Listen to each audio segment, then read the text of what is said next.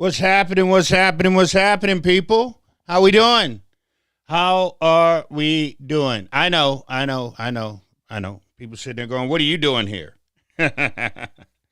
What are you doing here? Well, I've had a very interesting day. Been at the hospital and all. So that was the start. That was the start of my day. I had to go pay those people. It's funny. It's funny how our system works now, as far as doctors and things go. That's why I tell people, warn you, take care of yourself. Listening to what I'm saying, you don't ever want to get into the healthcare system. You really, really, really, honestly don't. It is pathetic. It is a pathetic system that we have here in these here United States of America. It is unbelievable what we have to go through, or what you have to go through if you ever get sick. If you ever get sick, Lord the mercy. Lord the mercy. So, but hey, Josh, how you doing? Yes, Spike, I'm a little early. I'm early today. I've got a soccer game to go to in Maple Grove for my second oldest grandson.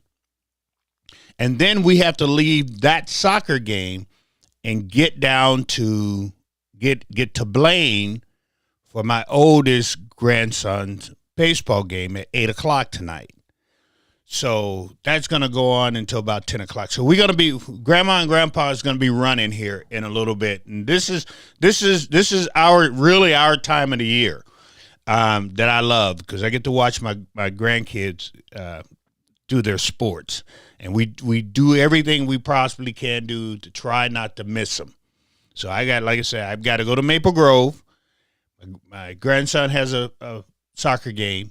And then I got to leave Maple Grove at enough time to get all the way up to Blaine for my grandson Aiden will be pitching. He's pitching tonight. They won the other day. They won Saturday, but he's pitching. He's starting pitching tonight. So we got to get up there for first pitch. So I won't be able to be on later on tonight like I usually am. But there's something I just need to take care of. Like I said, I don't usually talk about things unless I can give it to you and show you exactly what I'm talking about.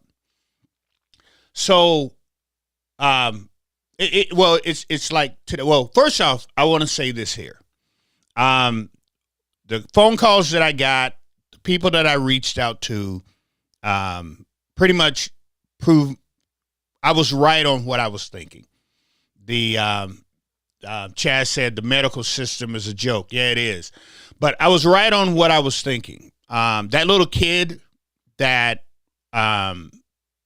everybody's going crazy about, y'all paid that lady for nothing because it wasn't a black kid. So I hate to. I know everybody's bubble's been burst. You don't see them talking about it that much anymore. Online anymore. I knew, like I said, I knew from jump, there's no way in the world that was a black kid. I knew from jump. That's why I was like, hold up. Something's not right with this story. Something is wrong with this story. And I knew that wasn't a black kid. So, Rev, how did you know it? Because the woman left the park. And y'all know what I'm talking. Y'all know exactly what I'm talking about. Exactly what I'm talking about. Exactly what's been said online. That woman left the park. That's how I knew. That's why I was like, I'm going to shut up. I'm going to sit back and I'm going to wait. I made a few phone calls. I got some phone calls back. That's when I hit Chaz and them up. I was like, Chaz, because Chaz, the urban conservative, they know a lot what goes on down there. That's why I always reach out to him anytime I need information down there. And I asked him, I said, dude, what I'm hearing, this isn't a black kid. Come to find out, wasn't a black kid. Wasn't a black kid. All right? So now that everybody found out it's not a black kid, I'm sure y'all want your money back. Well, go ahead and get your money back. Because you paid for something. Hold on now. You paid for something that wasn't right. You paid for something that wasn't true. And I know a lot of people run around and they sit there and they go, well, it doesn't matter. No, it matters.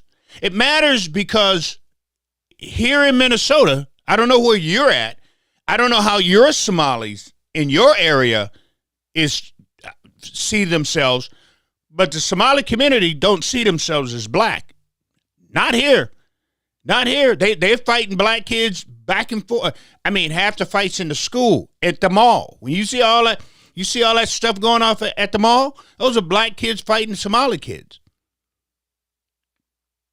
They don't see themselves as black. That's why. And even during the interview, I watched the interview. I watched the black woman interview the man who took the actual video, and even he was saying that he's having problems with his own community. They didn't even back him. They don't even back him for what he's done, because they says you're causing problems in the Somali. We're not able to handle this. That's why no Somalis has come out to say anything. But we're taking the brunt for them. No, black folks, stand down. Pull it back. Pull it back. I don't want it. I don't want it. That's why I've been online. If I see some black people commenting on this anymore, stop it. Stop it. Because if the shoe was on the other foot, if the shoe was the way it was, they wouldn't come out and be like, well, black people, we're going to stand with you in solidarity because they see us the same way. They wouldn't. It doesn't happen. It doesn't work like that here in Minnesota. Y'all may think it does. No, that's not how this thing works. So for everybody who gave this woman money thinking that was a black kid, get your money back, because you paid. You paid for nothing is what you did. You paid for nothing. I know people gonna be pissed at me now. Rev over here bursting the bubble. Here we are. We thought we had us a queen that we could lift up, and sorry, not this time. Like I put it out there today. I said the same. I said this here point blank. I wish they would put on somewhere. If somebody knows, please tell me. Reruns of George Jefferson and Archie Bunker. And the reason I say that is this here, and it's true. It's true. I've proven my point over and over and over again. A lot of times when I tweet things, before you get mad at me, what I want you to do is just sit back for a second and then think about what the tweet is saying. And then go a little deeper and go, oh, that's what he was meaning. So I put a tweet out today, and I was thinking today, and I was like, man, you know what? I wish we could have a situation where we had an Archie Bunker and a George Jefferson just going back and forth at each other. That was back in the day when you can deal and talk about race in that type of setting because it made people comfortable. Think about it. When Archie, because people look at Archie today and they say he's MAGA. He's MAGA 110%. They look at George Jefferson and they say, well, he's BLM. He's BLM 110%. But they got together and they was going at it. But they made race funny to where you can talk about it. They made race comfortable because that's the only way a certain group of people want to talk about race is when they're comfortable. If they're not comfortable, we don't want to talk about race. We would rather give some white woman. We would rather give some white woman $1 million because they thought that she said something. That's what we would rather do than sit down and have a flat conversation about the ongoings here in the state, the ongoings of what's going on. We would rather sit there and throw out statistics. Oh, well, black people are 13% of the population, but look at all the crime they put out. That's what we want to do. Those are the things we would like to hear. Black people who say that about black people gets paid. That dude, Don Lucci, what's his name? I've been cracking up. Oh, my God, I've been cracking up at that cat. That cat got me in stitches because Don Lucci finally said to himself, I've got to stick up for my people. And when he did, when he said something about this white woman who got all this money, when he finally said, I'm going to stick up for, and he put it out there, and I know he knew somewhere in the back of his mind when he hit send on that, he knew what was going to happen, and it happened. And they showed him how they really feel about him. Dude said, I lost 10,000 or 5,000 or 10,000 followers. 10,000 people said, you know what, Don? If you're not gonna do what we want you to do, Don, your only job you got is to put down black people. That's the only job and we will pay you. We will make you one of the top influencers. And when he was doing that, and he was doing it well, they were loving him to death. That's the true story, people. Look at it yourself. I started following this dude just to look at the comments. Just to look at the comments. This is your job, dude.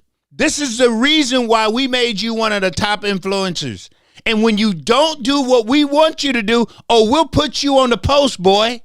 And we will whip you back into shape. Now Don's got to go out and he's got to go extra hard on black people to get back to where he was at. That's a fact. Go follow him. I'm telling you, go follow him and watch what has to happen. I'm not saying it just to say it. That's a fact. Go follow him, named Don Lucci. Go follow him to see what has to happen. Those are facts, people. I'm showing you this stuff in real time. You can get mad at me if you want to, but I'm just showing it. Don't shoot the messenger.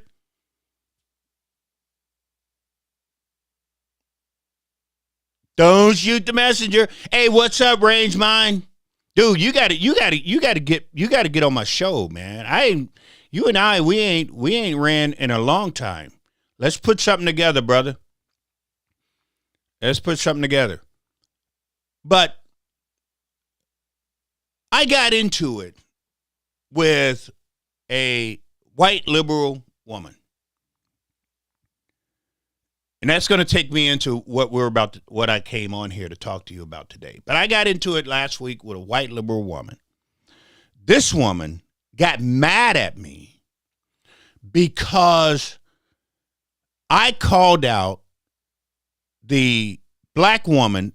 The more I learn about abortion, you don't usually hear me talking about abortion. You don't usually hear me go into, because I didn't know enough to actually have a voice for that.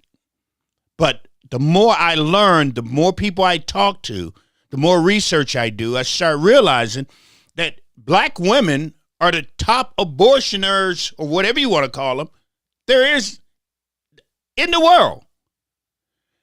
And I'm like, we got to save these black babies. This is unbelievable.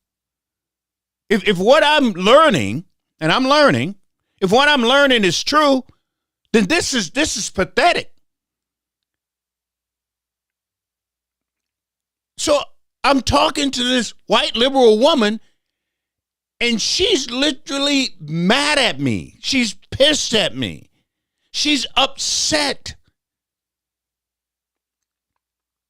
that I believe that we should be saving black babies.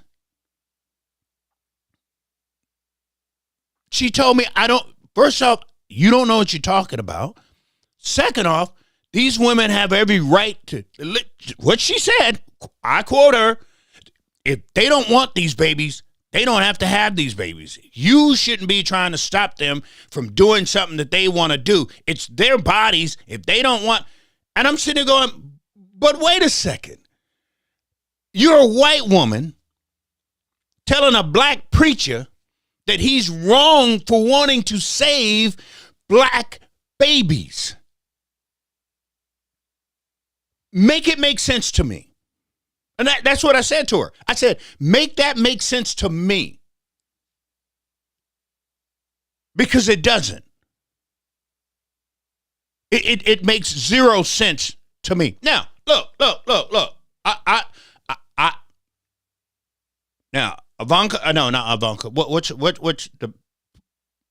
our president wife, the first lady?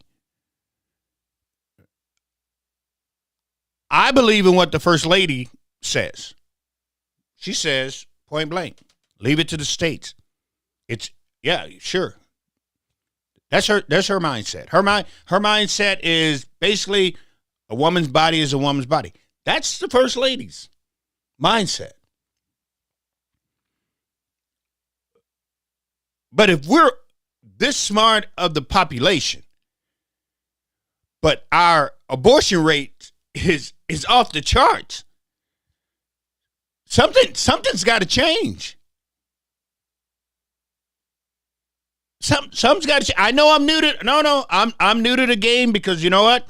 I had so much other things that I've been taking care of and trying to deal with. That's just something that I never really got into until they started saying, well, black women abort more children than any other race. And I'm like, get out of here.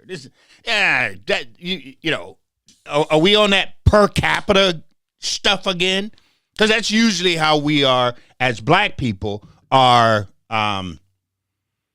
pictured, right? It's always per capita. We murder per capita. We assault per capita. We beat up per capita, that whole nine. Until I started digging into the situation and I started going, this isn't right. But for this white woman to be pissed at me, she's mad at me. Literally will not take any of my texts anymore. Because she said, I'm wrong as a black pastor because I want to find out. I want to find out, why are these black women aborting so many kids? Why are so many black kids not given the opportunity to live? And she's mad at me. And I'm sitting there going, what is it with these people? Or they don't like black people so much that they will fight you to make sure that those black people die? That black kids are dying? Didn't make sense to me for her to act the way that she did. That's why I was like, wow, this is I guess this is a little deeper than I thought it was. I mean, I didn't realize I was going into this type of hornet's nest to where white women are sitting there going, don't stop black women from killing babies. That's a wow to me. So I put out and usually when I tweet something, I try not to block people. I don't. Only time you're going to get a block from me if you get personal or if you're racist. So when you see somebody go, Rev blocked me because he did not like information, or he blocked me because I disagree with him. Y'all can go on my page. Y'all see people disagreeing with me all the time. And I'm having a conversation back and forth, not to change their mind, but if you got something new for me, or if you got some information that I learned something last night from, I call her Miss Lawyer Lady. But her name's Joe. I just started following her today. But I learned something new last night. That Joe could have easily said, "You're wrong, Rev, blah, blah, blah." But here is the deal. I said, now listen, if you got some information for me, please give it to me. Because I don't know everything. I don't try to act like I do. I don't try to act like I know everything. But what I'm saying is, it's easier for me to take your information. If you say, yo, Rev, here is a different way of looking at it, I can deal with that. We can have a conversation. Like I always invite people on here. If you want to come over here and hang out and give me something new, I'll give you the whole hour. I'll sit back and I'll listen to whatever you have to say. I have zero problem with that. I don't have a problem with listening. I have to listen to people. I have to listen to people. The people, marriage counseling, I do self-awareness counseling. I do spiritual counseling with people. So I listen to people's problems. I am a good listener, very, very good listener. And I take the things that people give me and I use those. And I go, and that's why I always sit here and tell people, I like my good friend Kelly Gunderson, NASCAR, her. That's why I love her so much. A lot of people sit there and go, well, she's going off on you, Rev. No. Kelly is one of those people that I give permission that, and she's a white girl, because I know that's important to some people. No, it is. Trust me when I say that, because I'm about to show you something. But I give Kelly every right to say, Rev, that's wrong. Because I know Kelly is coming from a good place. Kelly go, that's wrong, Rev, and here's why. And I go, thanks, Kelly, please, appreciate it. Thank you very much for that. Appreciate that. We can have that conversation. So I put out a tweet, all right? And in that tweet, I said that we need to get this situation under control, and we need to get these types of firearms with switches on them off the streets any means necessary. That's what I said. And I got the any means necessary from a quote from a guy using it in a 2A manner. So I'm like, well, if the 2A can use it like that, then I should be able to use it the way I want to also. Oh, no. I had the 2A community coming at me. The same community that has yet to speak out against all the black on black crime, as they call it. And as much as I fought here in Minnesota, we had 12 people shot a couple days ago in 24 hours.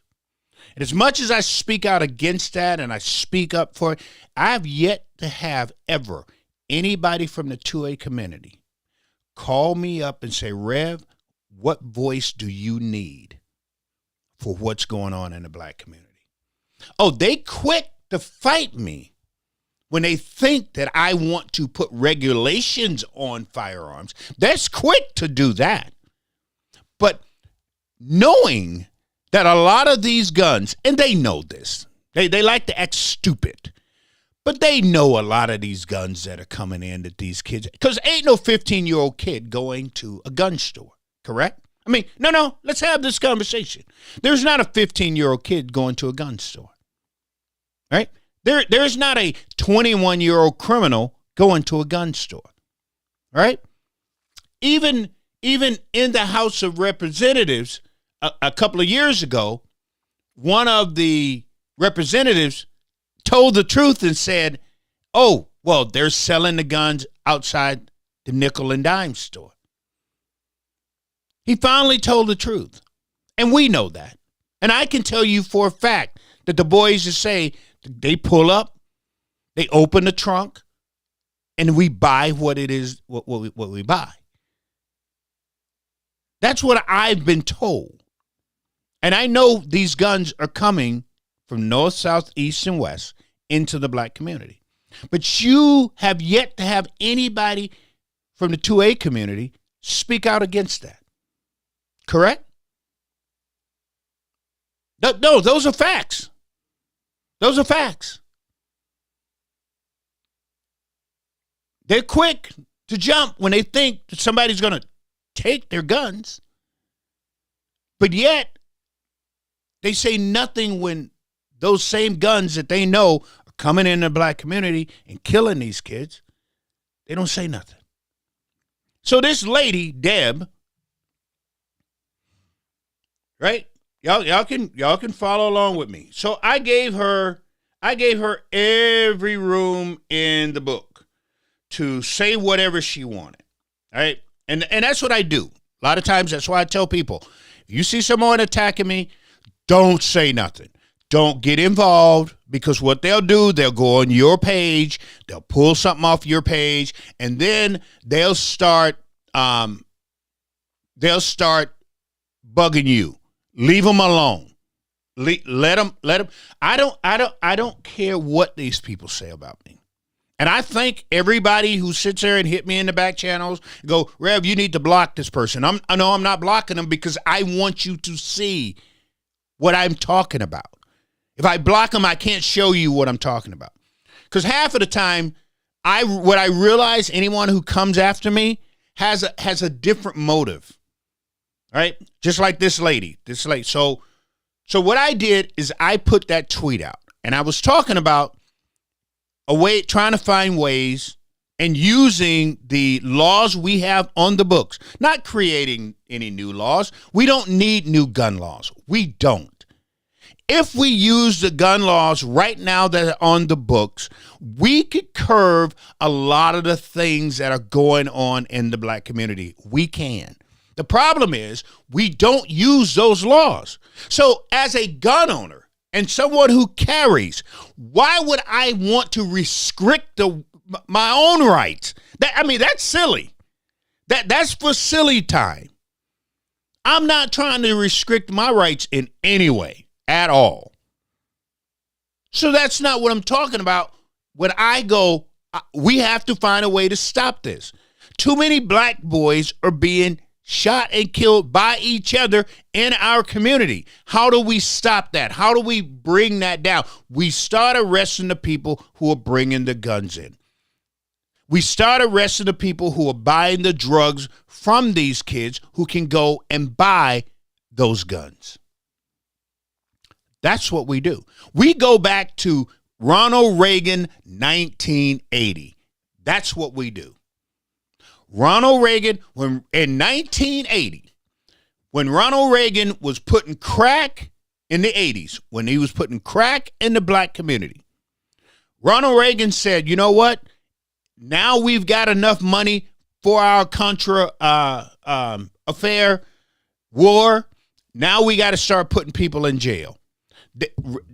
Ronald Reagan put grandmas, grandpas, aunts, uncles, all black people in jail. Whether you bought it, whether you sold it, whether you carried it, whether you was a mule, no matter what you was, you went to jail. That's what I'm talking about. We need a little bit of that in the black community. You come in the black community to buy heroin, to buy meth, to buy crystal meth, or whatever, you're going to jail. See you bye. And the reason they don't want to do that downtown is they know that if they start policing in the black community and these hotspots where you can buy drugs, they realize it's going to spread. They know that. They know the drug dealers are going to start going outside of Minneapolis and start selling outside of Minneapolis. And they know that how? Because there was a time coming off 94 on the Broadway, there was a line of nice cars. Y'all know what I'm talking about. Lined up to buy drugs right there on Broadway in Lindale at that gas station. They can get you can come off Broadway.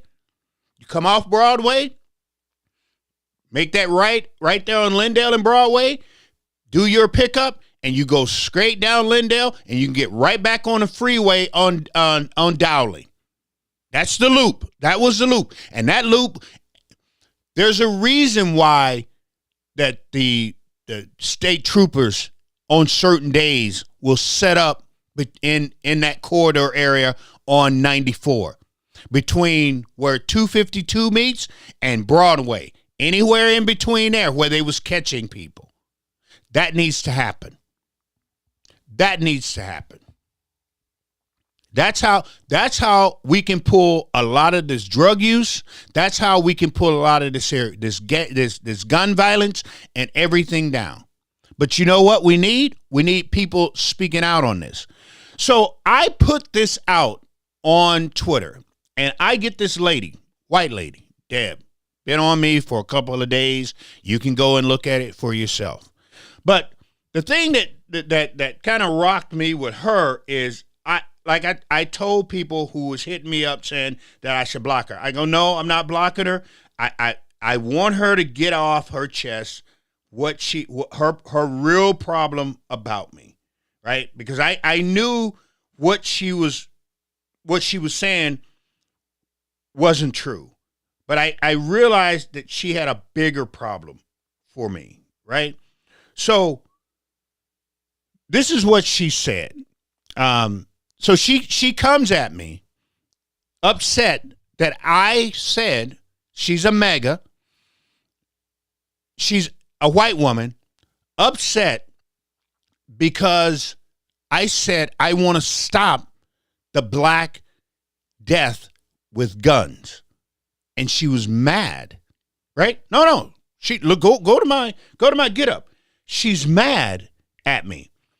Then she gets to the point where she's saying that I'm racist. So she calls me racist because I'm talking about a black situation in the black community. She goes, only thing you ever talk about is black this and black that, Rev. Black this and black that, right? That's what she says. Then she says to me, she says on here, everyone with a light skin tone can't possibly understand. If you're in the black community and you got a skin tone, you can understand. But I understand what she was saying. You're right. Everybody that doesn't have a black skin tone, that don't come into the black community, will never understand. They can only hear what I say. I went downtown Minneapolis right when the shooting was happening. 9:30 at night, I'm walking the streets of downtown Minneapolis, looking for gang members, looking for people who are down there who run that area. So I wanted to find out what all the shooting and the killing was going on. I was down there until 1:15, walking around, talking to people, dealing with people, listening to people. Trying to get my because I hadn't been down there in a while. So I had to get my connections back up, because when I do have to go down there, I've got to be able to walk down there and know if I make a left and I run into some people, they've got to be able to look at me and go, okay, don't mess with him. That's Rev. So that's why I go down there and I deal with these. That's why I go down there and I talk to them. Because if there's a reason I'm going down looking for someone, if there's a reason I need to go down there and deal with someone, I don't want to have to, I want my hall pass. I want to be able to walk anywhere I want to walk without somebody messing with me. So I've got to go down there and meet them and deal with them and say, hey, I ain't no problem. You know who I am. Let me pass. And that's Rev. Let him go. Cool beans. That's why I went down there the other night, because all that shooting that went on, I'm going, hey, I haven't been down there in a while. I don't know who is who anymore. I don't know who's running which spot. I don't know who's running which area. I've got to go down there and get these people. And usually between 9 and 3 o'clock in the morning is when they're out doing their things, and I can walk up to them and shake their hands and talk to them, and we can be good to go. So the next time I go down there, I don't have a problem in parking my car, and I don't have a problem in walking the streets.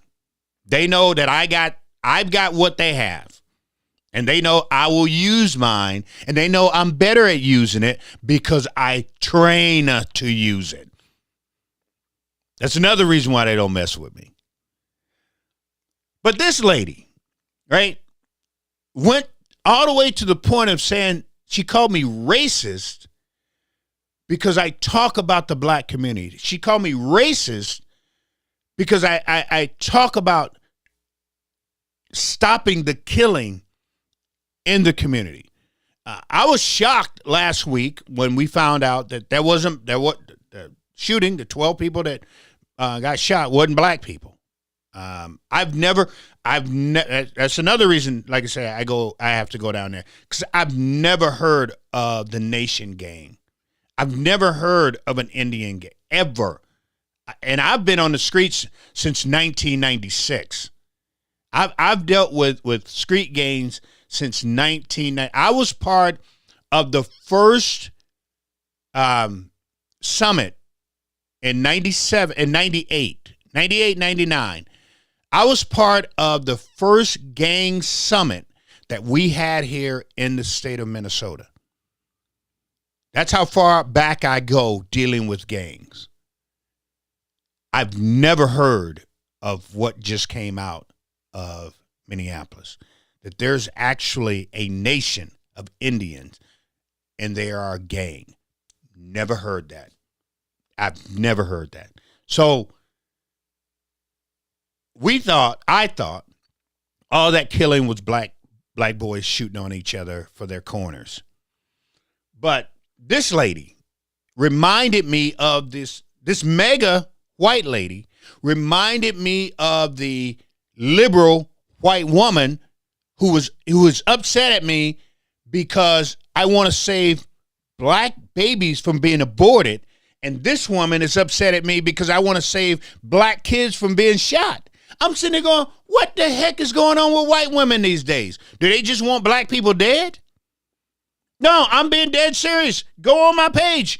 She's upset at me, right? She called me racist, told me that I should not run for office. She would not vote for me because only thing I ever talk about or do is black. If I'm a black man in a black community, because if you want me to talk about white people, I'll go out to Glencoe, Minnesota, where the poor white people are.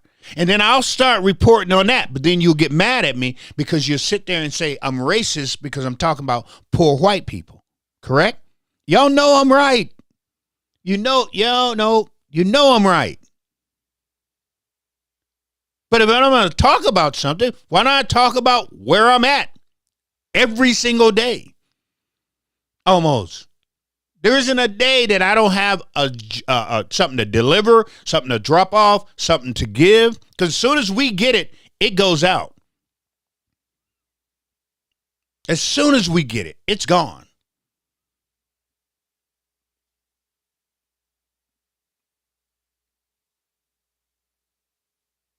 So now that I'm home basically on leave, I've got a lot of time on my hand. I'm at the church a lot, so I'm down there a lot. And if I'm down there and I see things and I report on those things, why would you get mad at me because I'm reporting on something that's in the black community that I see? Why would you get upset at me because I'm sitting here saying we got to get these guns off the street because they're killing black kids? But this Deb lady is pissed. She went in on me. She says, this is her right here. This lady.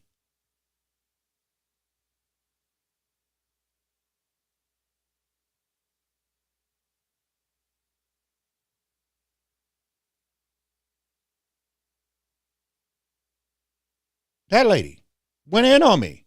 And this is not all. Go read what she says.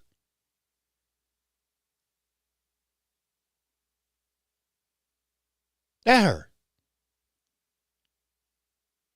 She said, if challenged, you don't answer or stump off. No, Deb, that's not true. The only time that I'm gonna zero you is when you get personal, and you did. I didn't say nothing about you at all. She says, if you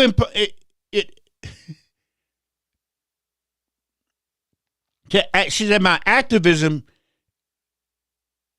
qualifies me for state. But she said, but don't list your she said, I don't list my results. But when I come on here and talk about my results, Deb, you don't like it.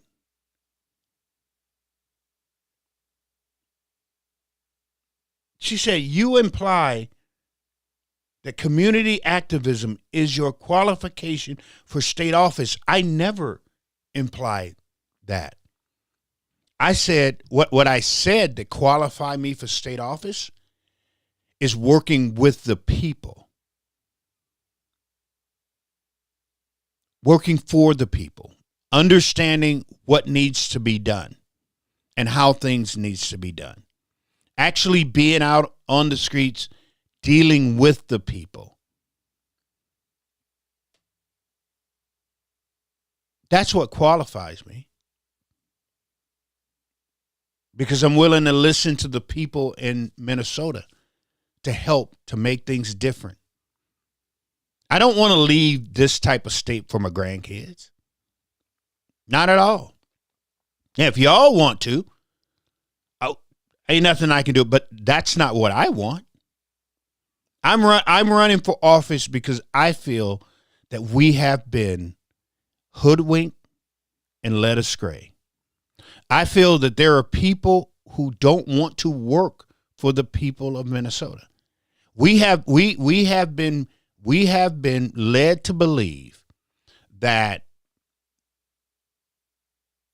the trans community is in danger by people in Minnesota, and that's just not true. But that's what they're running. That's what they've told us. They have told us that kids, that this dude has every right to walk in a safe space of a woman. That's what they told us. They told us that we should be taking money from different entities and giving it to people who just got here. That's what they told us. They told us that if you are an American and your kid go to school, he should be paid. He should be in debt for years. But yet somebody else who comes here, their kid can go to school and everything, and you got to pay for it. That's what we've been told here. I don't believe in that.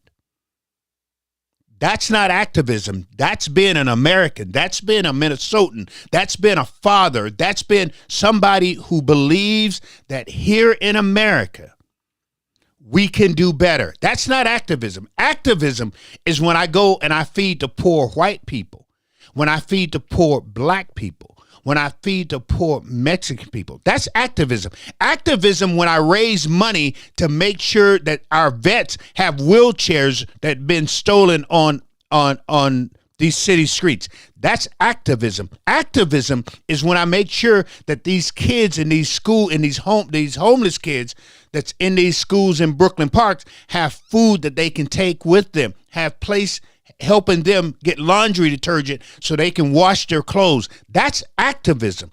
And if you're going to sit here and tell me that my time in doing for the people of Minnesota the people of Minnesota don't give me a right to want to help Minnesota, then you're out your mind, lady.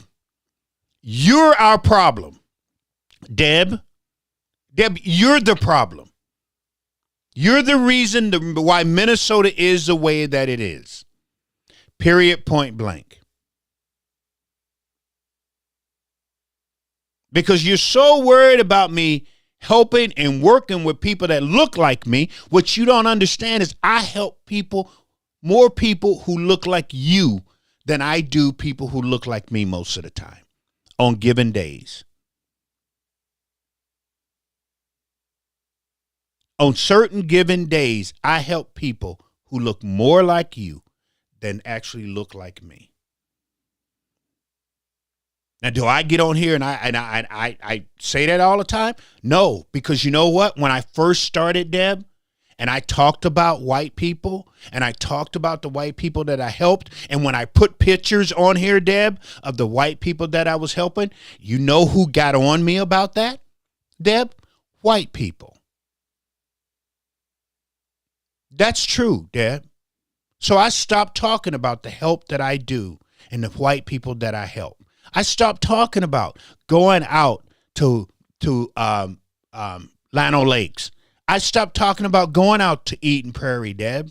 I stopped talking about helping the people in Medina, Deb. I stopped talking about going out to Glencoe, Minnesota, and helping the farmers and things over there. I stopped talking about that.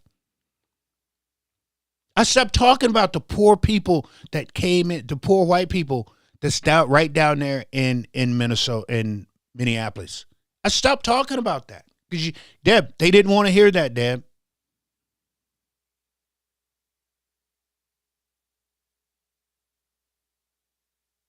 So I shut up for a minute. I just started doing, and I left y'all alone. I won't talk about your people that I help, that my wife and I help, that I get calls on. Go, hey, we got family doing this here. Matter of fact.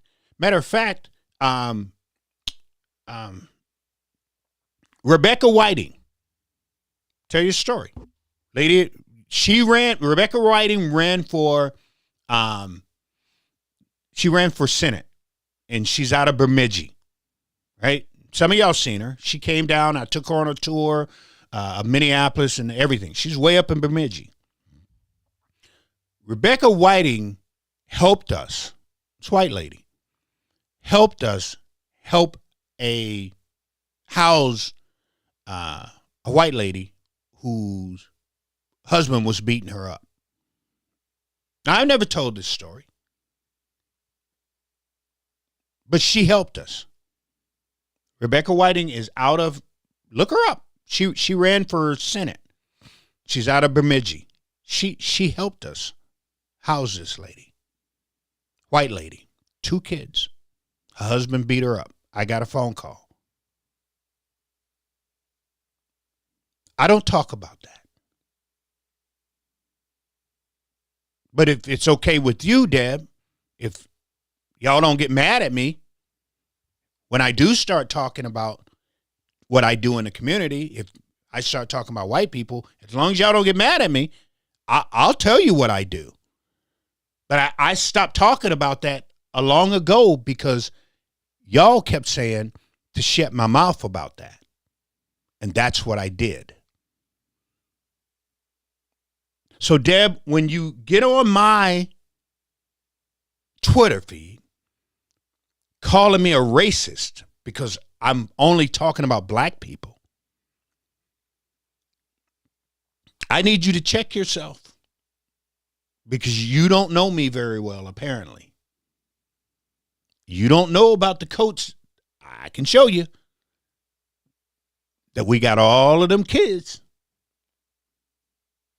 in Indian Grove Heights. They didn't look like me, Deb. They didn't.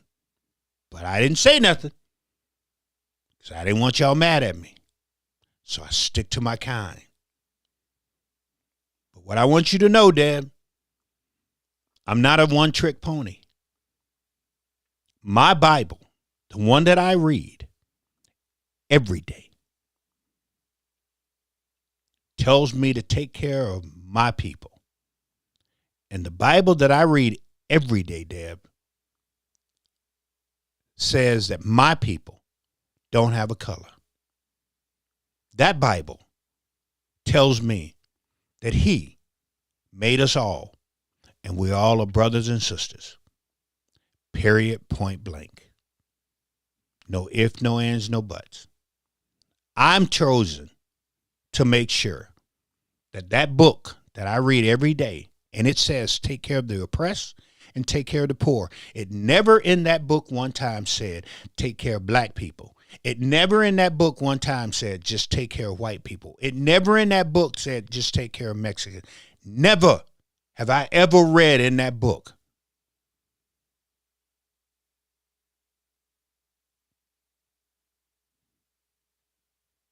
that he put me in motion, on the path to take care of one group of people. It has never said that to me. And I refuse, Deb, to let somebody like you pigeonhole me because of your ugly heart. That's what the problem is. And that's why I tell y'all, don't say nothing to these people, because they're going to let their heart do the talking. And if you read what this woman said, you will understand why I just said what I said. Because there was no reason, I gave her no reason to say the things that she said, to act the way that she acted. She chose that. She chose that. And there is nobody on here that I have blocked can ever say that I have been rude, mean, flat out nasty to them in any way. If I block you, it's because you've been flat out nasty personally, or you have done something in a racist way. That's the only way. If you tell me I'm wrong, I ain't got no reason to block you. That's your opinion. Cool. Let's have the conversation. The problem is people don't like having the conversation. But if you read what Deb says, she said, I run from confrontation. I've never ran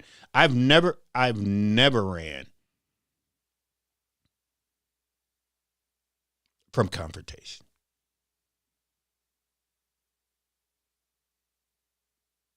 So again, people, just if you see these people on me and they saying certain things, let them go.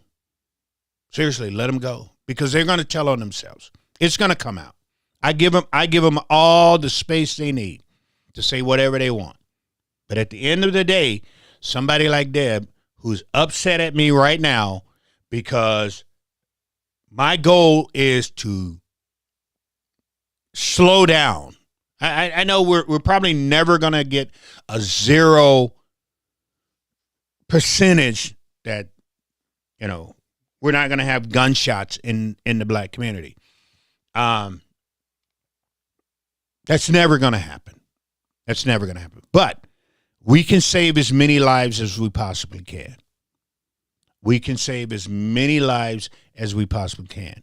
But you know what? The very people who like to come and jump on me and say certain things to me, when you start stepping up, and I'm talking about the 2A community, and giving a damn about these kids, then you know what? Then you don't have to worry about if I decide to say, I'm going to come up with a new gun bill.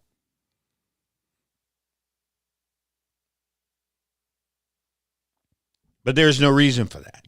Not when we have laws right now that the Democratic Party is not using on these people who are carrying these guns. When I read a stat of a police report, and this dude has been in and out of jail for gun violence, then I know we're not doing what's right. When I hear that they dropped the charges on the guns, but we're going to get them for something, I know we're not doing what's right. And knowing that our governor and the lieutenant governor is not going to push And this is what gets me about the black people in Minnesota, the black people in Minneapolis. They watching black babies die. Watch this. This is how bad it is in Minnesota, in Minneapolis, in St. Paul, in South Minneapolis. They're watching their community die. And the party that is killing their community, they are voting those people in the office over and over. And then they sit there and go, when is it going to stop?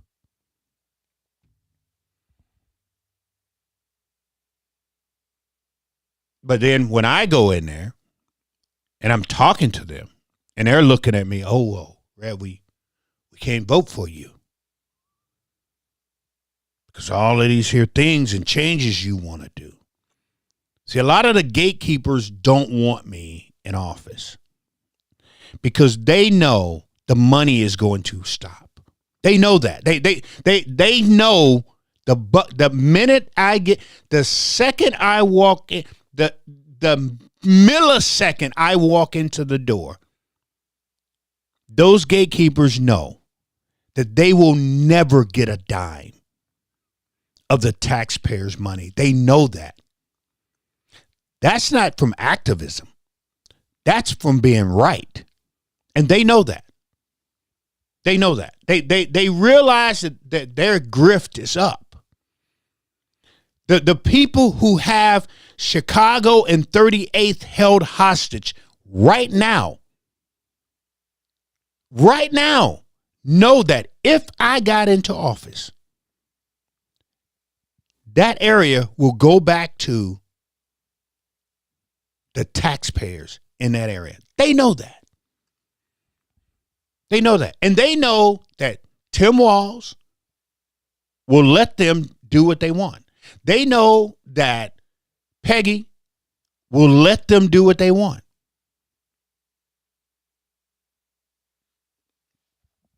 The gangs downtown know that if I got into office, that the military, that's what they're for. To keep our streets safe, will be downtown. You're not operating no more like this. But Tim Walz, our governor, and Peggy, our lieutenant governor, don't care.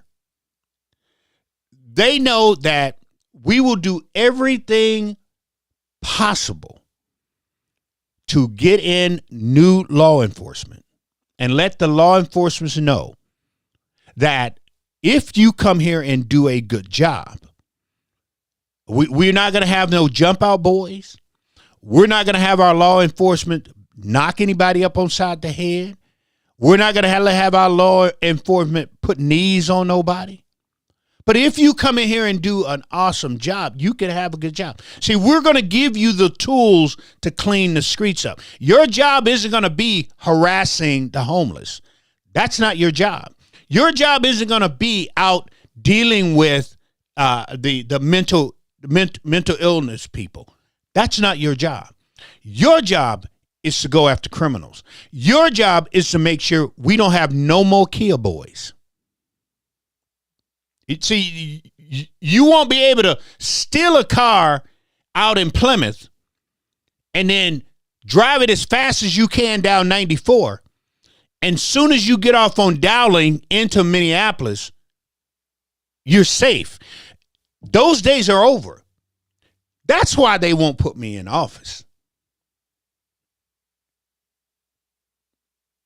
That's why I'm going to have a hard time getting in office. Because a lot of things I see wrong will change. Because I will call it out. I will make sure that the people of Minnesota know that it's going on and I'm trying to stop it, and I need your voice to say no. I need you to vote in people that believe that we have a right to help our farmers. Our farmers should not have a problem here in Minnesota. I want to make sure that when you go buy, you are buying local. I want to make sure that you're buying your eggs from your farmers. You're buying your corn from your farmers. You're buying your beans from you. You're buying your beef from the farmers.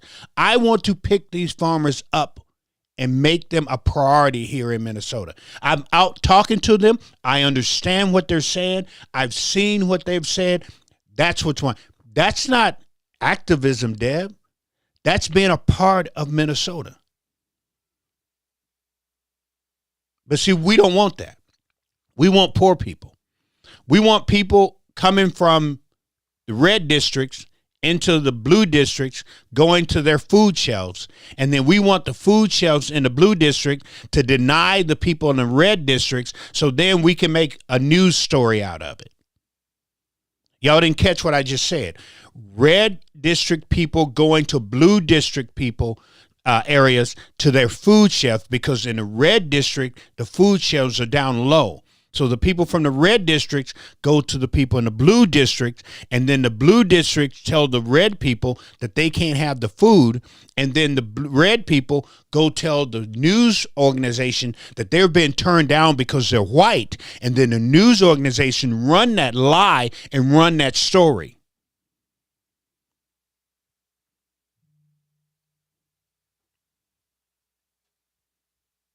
That's a fact. That happens.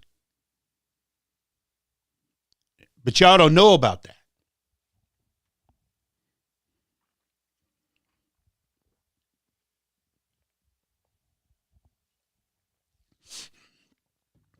But anyway, I got to get out of here. I got a 6 o'clock soccer game to go to.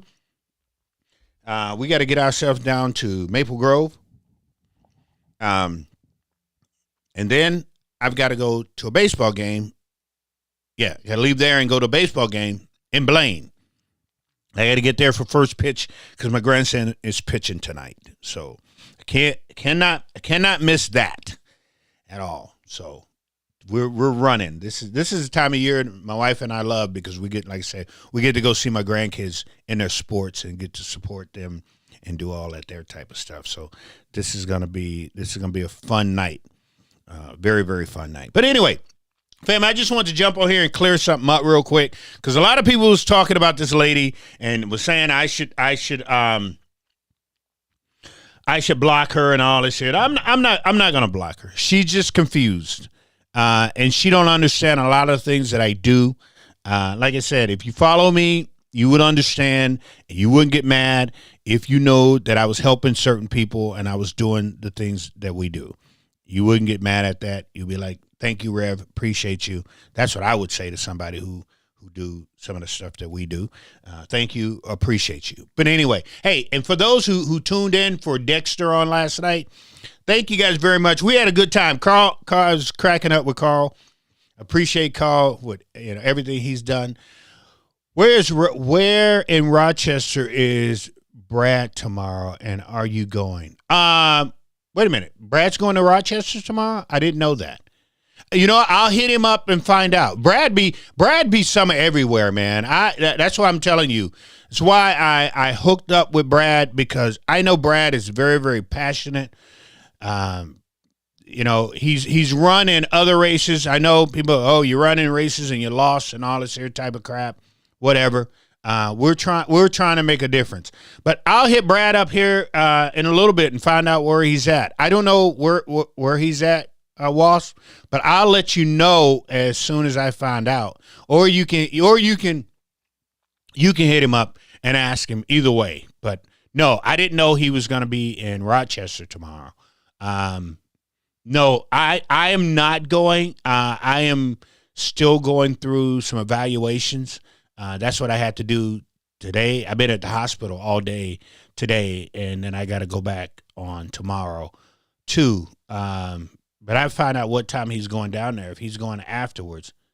Well, no, I had to have my stress test tomorrow, so that's going to be physically taxing for me. So I probably will come home and just go to bed, go to sleep for a couple hours, because I don't know if you ever been through one of those get-ups. But this is the things that, like I said, please, ma'am and sir, take care of yourself. And I'm saying that because of what I'm going through right now. But you have to take care of yourself, because if you get into the insurance, if you get into the medical circle bubble, it is some of the worst. I don't even know how to explain it. I mean, it is just flat out unbelievable. I've got a doctor that I have to see him every month. I'll show you the bill. Matter of fact, next time I'm on, I'm going to show you the bill. I've got a doctor that I have to see every single month. I don't have a choice, right? I have to see him every month, right? $800. I pay him. I have to see him every month. 20 minutes. I'm not kidding you. I'm not kidding. I'm going to show you another bill where they're like, well, in order for us to see you, you have to pay $1,500. I'll show it to you. I have to pay $1,500.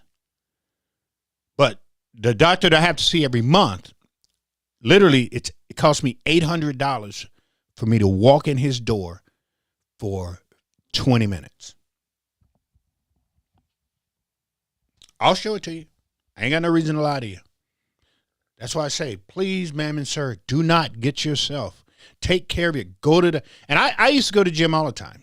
My problem was I was misdiagnosed, because this is what they said. This was their reason. Because black men produce more protein. Because I'm a black man and I produce more protein. So they was not they was not looking at my protein. They was going off other antibodies for my kidneys. But it was the protein that was breaking my kidneys down. And by the time they went, oh, hold on, maybe we need to start looking at his protein. By the time they got, it was too late. It was too late. But their reasoning, seriously, their reasoning is because they said black men produce more. It goes back to that Ted Kennedy thing, when Ted Kennedy was like, well, we don't want to put black people on the same chart as blah, blah. You know how they do that stuff? Yeah, Ted Kennedy is nuts. That's all I got to say. And when they start talking about, well, we don't do things because black people are this, and black women, they have a higher tolerance of pain and all this here type of stuff, Ted Kennedy is nuts. And if y'all believe this dude, you out your damn mind. This is how black people get misdiagnosed, how we're dying over things because they misdiagnose us. That's what happened to me. That's why I'm in the situation that I'm in today. It ain't nobody I can sue. You can't sue him. I can't sue the doctor for what he did, because they're immune. He made a mistake. Oops, my fault. And I'm in the position that I'm in today. So that's why I have to go and pay $800 a month to see this doctor for 20 minutes. Anyway, hey, I got to go. Hey, y'all have a good day. I will more than likely see you on, if everything's good and God is good, which he is, I will see you guys on Wednesday. Hopefully, I'll have somebody on here to talk to you guys with me, but if not, it'll just be me. Well, I hope I'll get Range Mind. I'm going to see if I can get Range Mind on here with me. He's the Range Mind podcast. He's a really good guy. I like him.